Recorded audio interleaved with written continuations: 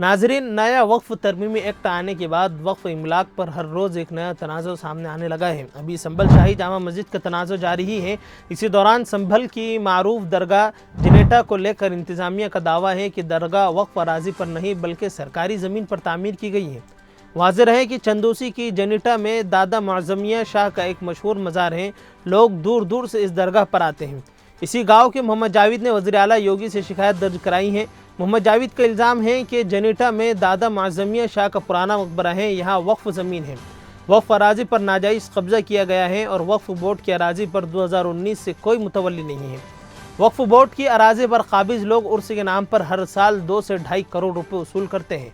तहम हल्फनामे में दावा किया गया है कि उर्स से कोई आमदनी नहीं होती।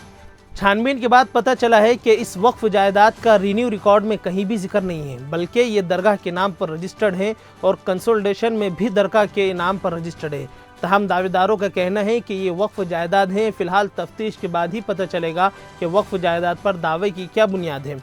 इसी तरह अमीर शरीयत बिहार, उड़ीसा, झारखंड हज़रत मौलाना वली अहमद फैसल रहमानी साहब ने वक्फ तरमीमी कानून के हवाले से मरकज़ी हुकूमत पर संगीन इल्ज़ाम आयद किए। जी हाँ, उन्होंने कहा है कि ये बिल जल्दबाजी में और गलत इरादों से लाया गया है और इसमें कुल 44 बड़ी खामियाँ हैं।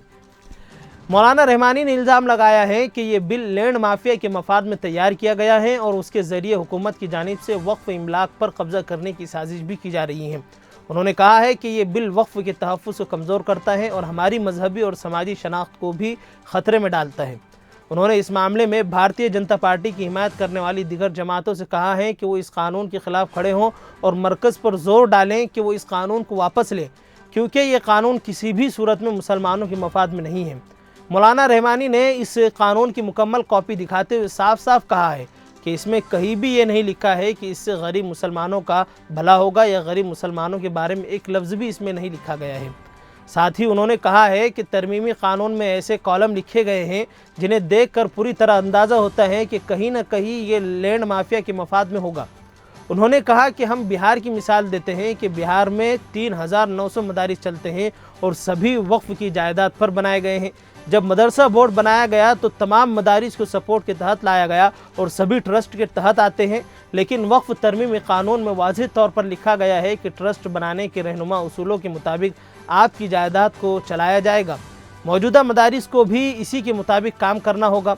इसी तरह नाजरीन, इमाम लीडर असदुद्दीन ओवैसी ने एक बार फिर वक्फ एक्ट की मुखालिफत करते हुए उसे काला कानून करार दिया और कहा कि all India Muslim personal law board इस काले कानून के खिलाफ है। इसके प्लेटफॉर्म से ये एहतजाज बकरीद तक के जारी रहेगा। उन्होंने कहा है कि हैदराबाद दारुस्सलाम में 19 अप्रैल को शाम 7 बजे से रात 10 बजे तक के एक एहतजाजी जलसे आम मुनक़िद किया जा रहा है। इस इजलास की सदारत मुस्लिम पर्सनल लॉ बोर्ड के सदर मौलाना खालिद सैफुल्लाह रहमानी साहब दामत बरकातुहुम करेंगे। इसी तरह ओवैसी साहब ने कहा है कि तेलंगाना और आंध्र प्रदेश के मुस्लिम पर्सनल लॉ बोर्ड के अरकान और तेलंगाना और आंध्र प्रदेश की बड़ी मुस्लिम तंजीमें इस एहतजाजी मीटिंग में हिस्सा लेंगी। वो अपनी तकरीरों के ज़रिए आवाम को बताएंगे कि ये वक्फ तरमीमी एक्ट वक्फ के हक़ में नहीं है।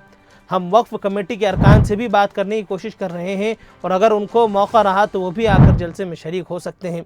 इसी तरह ओवैसी साहब ने कहा है कि मुल्क के PM कह रहे हैं कि आपका नज़रिया कौम परस्ताना होना चाहिए।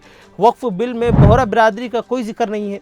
उन्होंने बंदूक अपने कंधे पर रख कर गोली चलाई लेकिन उसे कुछ न दिया। साथ ही मुर्शिदाबाद वाक़े पर उन्होंने कहा है कि तशद्दुद के वाक़यात में वो मुसलमान भी मारे गए हैं, आप उन पर भी बात क्यों नहीं करते।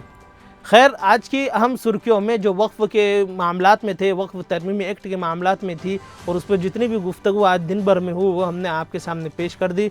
इसी तरह इंशाअल्लाह हम रोज़ाना आपको इसकी अपडेट देते रहेंगे। खुदा हाफिज़।